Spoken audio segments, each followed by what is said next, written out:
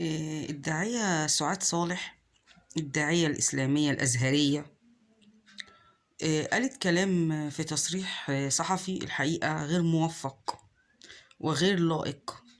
أنا مش عارفة دي درست إيه في الأزهر عشان تطلع تقول الأقارب عقارب، وإن هي شخصيا ليها أخت بتحسدها، ولما بتروح عندها الحاجات بتتكسر.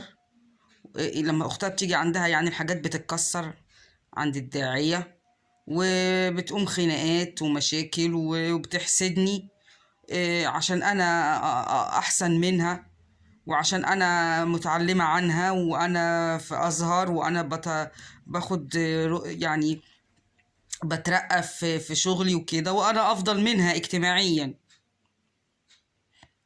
ده إيه الكلام اللي انت بتقوليه ده؟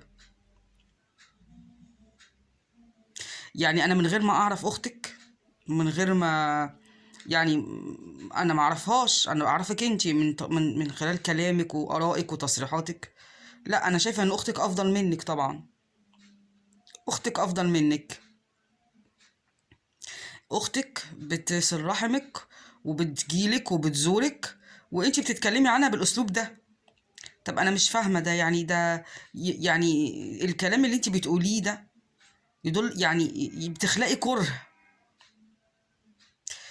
بتخلقي غضب ما بين الاخوات وما بين الاهالي. اكيد اختك لما سمعت الحوار اللي انت بتقوليه ده اكيد في حصل يعني مشكله بينك وبينها، يعني اكيد هي مش هتسمع، اكيد هي زعلت، مش حتى لو ما فيش مشكله، اكيد هي زعلت. انت ليه بتتكلمي بالطريقه دي؟ ليه بتتكلمي وليه تقولي الاقارب انت يعني انت بتحرضي الناس على انها تقطع الرحم. انت بتحرضي على القطيع لما تقولي الاقارب عقارب، معناها ان محدش يزور حد بقى ومحدش يصل رحمه، لان قريبك ده بيحسدك ومبيبقاش محبلكش الخير وكده يعني. اللي انت بتقوليه ده كلام غريب بصراحة، وما يطلعش ابدا من واحدة درست في ازهر وواحدة داعية. ولو اني داعية دي مش عارفة انا، يعني انت عليكي علامات استفهام كتير، وانا بصراحة مش واخداكي كداعية، لانك انت قلتي كذا تصريح يعني كان فرقعة وكان كلام لا يرضي الله يعني.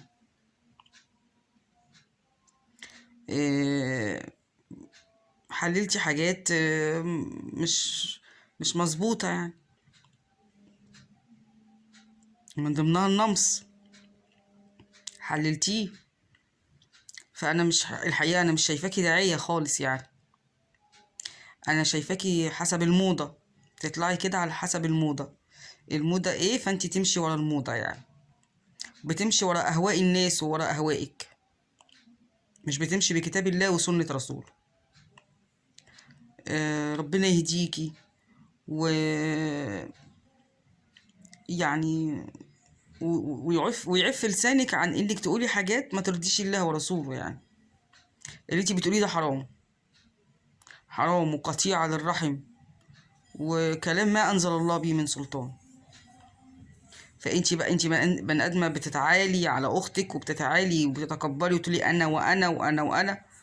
اللي انت برضو فيه ده الغرور والكبر ده حرام، وانك تحرضي على قطيعة الرحم ده حرام، وانك شايفه انك انت الافضل والاحسن والناس بتحسدك، حتى اختك بتحسدك وبتقر عليكي برضو. سوء الظن ده حرام، والله المستعان.